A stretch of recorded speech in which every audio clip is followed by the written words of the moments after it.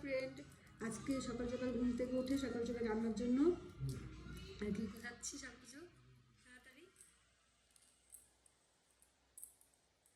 তো তোমাদের সঙ্গে শেয়ার করছি আজকের সকালের রেসিপি কি হবে, এর সঙ্গে সেটা শেয়ার করছি, দেখাচ্ছি।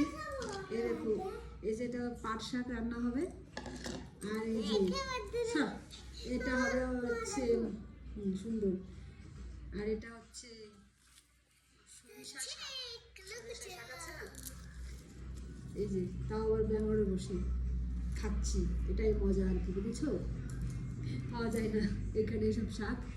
তো এখন আজকে সকালের রেসিপি হচ্ছে সরিষা শাক আর এই পাট শাক, এটা রান্না করা হবে। এই রসুন দিয়ে তাও আবার ব্যাঙ্গরে বসে খাচ্ছি, ঠিক আছে? ব্যাঙ্গরে বসে খাবো এই বছরের প্রথম।